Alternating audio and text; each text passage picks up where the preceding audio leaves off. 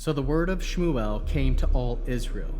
Israel went out to fight against the Plishtim, setting up camp at Ever Ezer, while the Plishtim camped at Ephech. The Plishtim drew up in battle formation against Israel. The battle was fierce, and Israel was beaten by the Plishtim. They killed about 4,000 soldiers on the battlefield. When the army had returned to camp, the leaders of Israel asked, "Why has Adonai defeated us today before the Plishtim?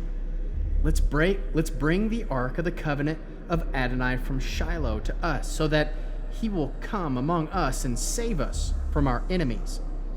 So the people sent to Shiloh and brought from there the Ark of the Covenant of Adonai Svaot, who is present above the Kruvim. The two sons of Eli, Hophni and Pinchas, were there with the Ark of the Covenant of God. When the Ark of the Covenant of Adonai entered the camp, all Israel gave a mighty shout that resounded through the land. On hearing the shout, the Plishtim asked, "What does this great shout in the Hebrews' camp mean?"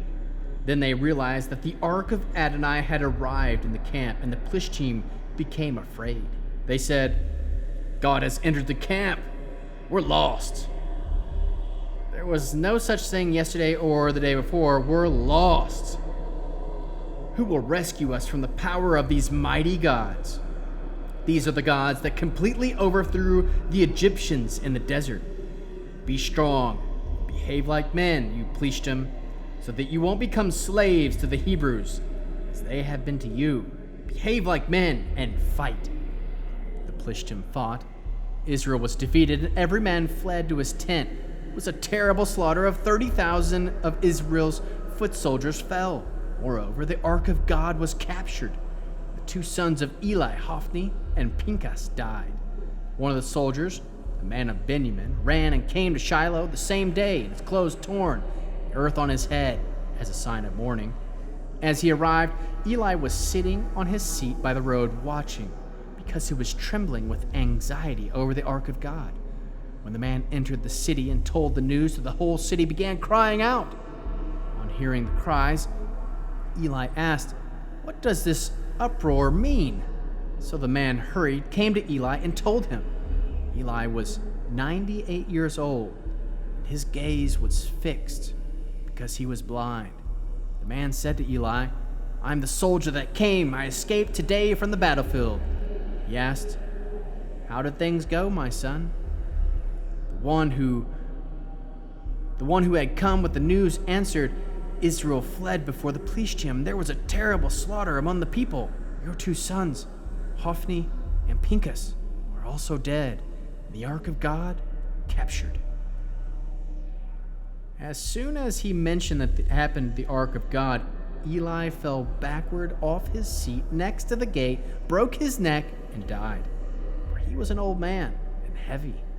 He had judged Israel 40 years. His daughter-in-law, Pinchas' wife, was pregnant and near delivery time. When she heard that the news of the Ark of God had been captured and that her father-in-law and the husband were dead, she went into abnormal labor, bent over, and gave birth. As she was dying, the woman standing by her said to her, "Don't be afraid, because you have given birth to a son." But she didn't answer or show any sign of recognition. She named the child Ichabod, without glory, saying, "The glory has departed from Israel, because the Ark of God has been captured, because the father-in-law and husband." She said, "The glory of God has gone into exile, because the Ark of God has been captured." The Plishtim had captured the Ark of God and brought it from Even Ezer to Ashdod. Then the Plishtim took the Ark of God and brought it to the temple of Dagon and set it next there to Dagon. But early the next morning, when the people of Ashdod got up, there was Dagon, fallen down on his face ground before the Ark of Adonai. They took Dagon and set him in his place again. But early the following morning, when they got up, Dagon was again fallen down with his face to the ground before the Ark of Adonai. This time the head of Dagon and both hands lay there, severed, on the threshold. All that was left of Dagon was his torso. This is why, to this day, the priests of Dagon and those entering his temple never walk on the threshold of Dagon in Ashdod. Adonai began oppressing the people of Ashdod. He ravaged them, striking Ashdod with its supporting areas with tumors. When the people of Ashdod came to understand what was happening, they said, "The ark of God of Israel can't remain with us, because he has oppressed us and our god Dagon."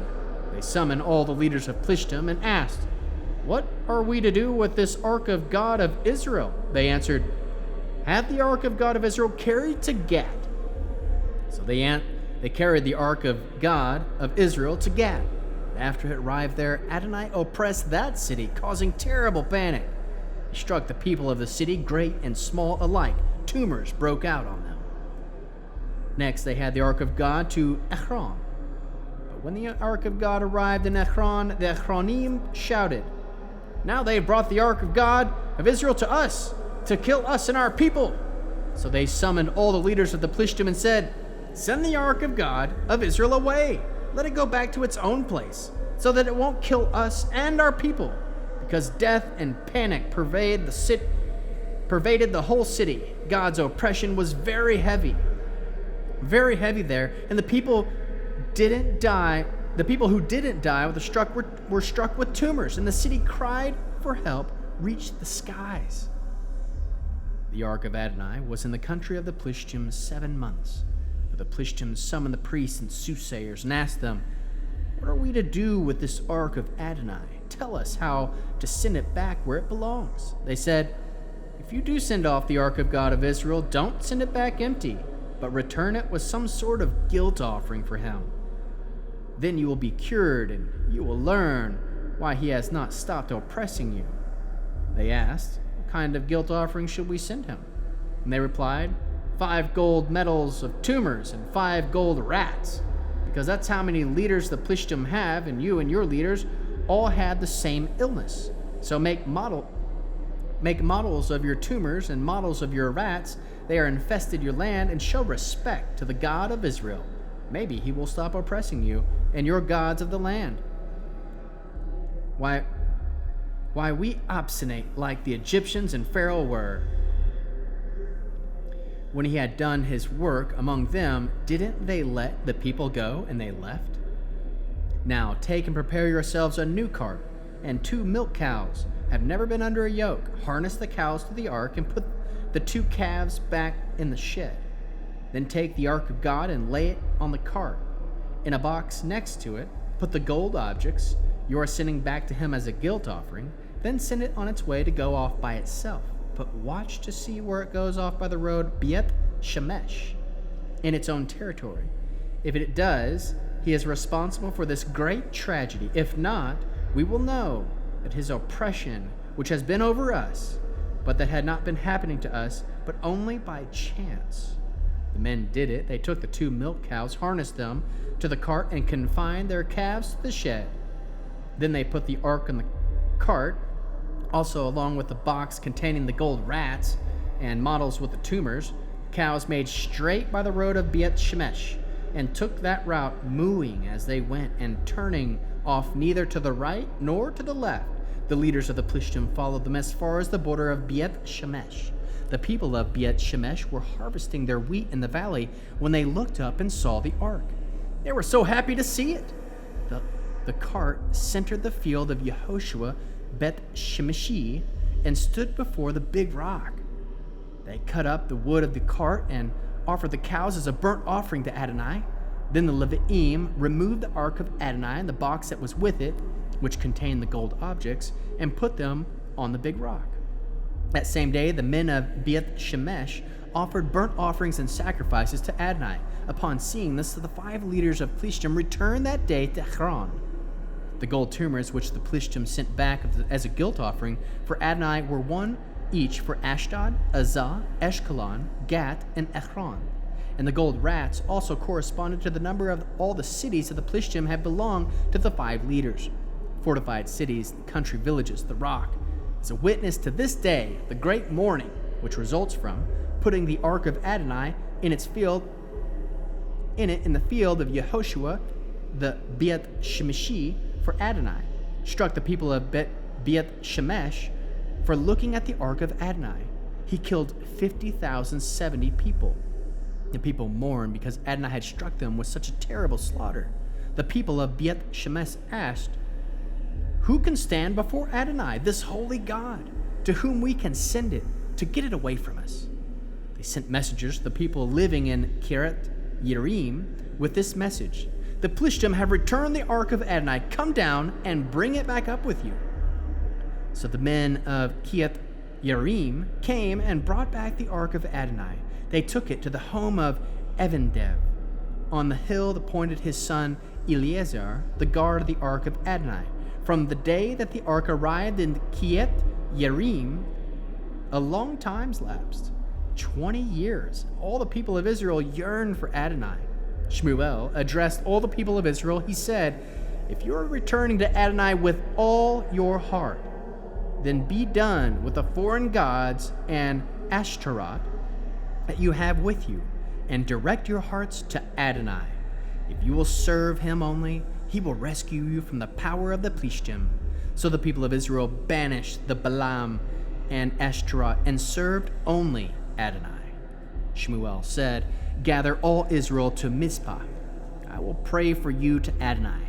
So they gathered together at Mizpah, drew water, and poured it out before Adonai, fasted that day, and said there, "We have sinned against Adonai." Shmuel began serving as judge over the people of Israel at Mizpah. When the Plishtim heard that the people of Israel had gathered together at Mizpah, the leaders of the Plishtim marched up against Israel, and when the people of Israel heard about this, they were afraid of the Plishtim.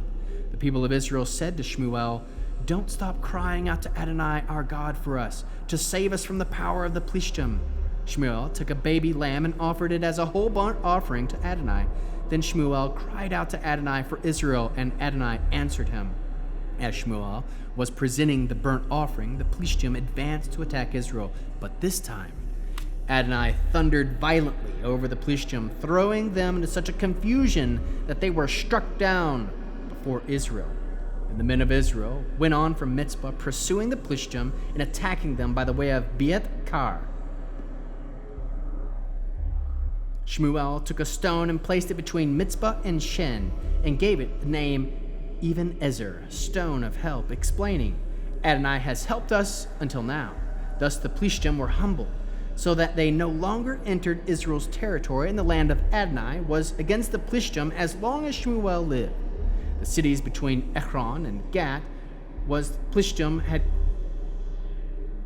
the Plishtim had captured from Israel were restored to Israel, and Israel rescued all the territory from the power of the Plishtim.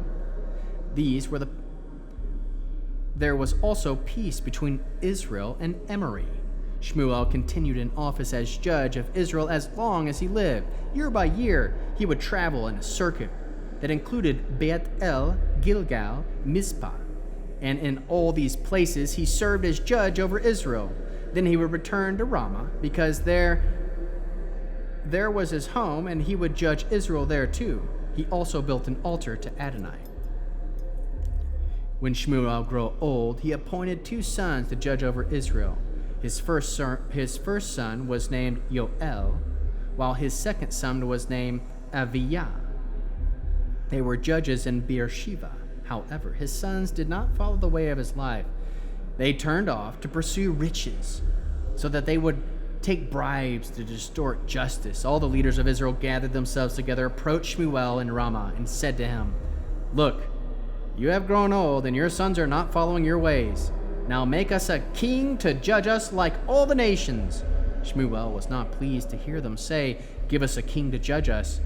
So he prayed to Adonai. Adonai said to Shmuel, "Listen to the people. Do everything they say to you. For it is not you they are rejecting me. They don't want me to be king over them. They are doing to you exactly what they have been doing to me, for the day I brought them out of Egypt until today, by abandoning me, serving other gods. So do what they say, but give them a sober warning, telling them what kind of ruling their king will make." Shmuel reported everything Adonai had said to the people, asking him for a king. He said, "Here is the king of rulers your king will make. He will draft your sons and assign them to take care of his chariots, be his horsemen, and be bodyguards, running ahead of his chariots. He will appoint them to serve him as an office, in charge of thousands or of 50, plowing his fields, gathering his harvest, and making his weapons and the equipment for his chariots. He will take your daughters and have them be perfume makers, cooks, and bakers. He will expropriate your fields, vineyards, and olive groves, the very best of them, and hand them over to his servants.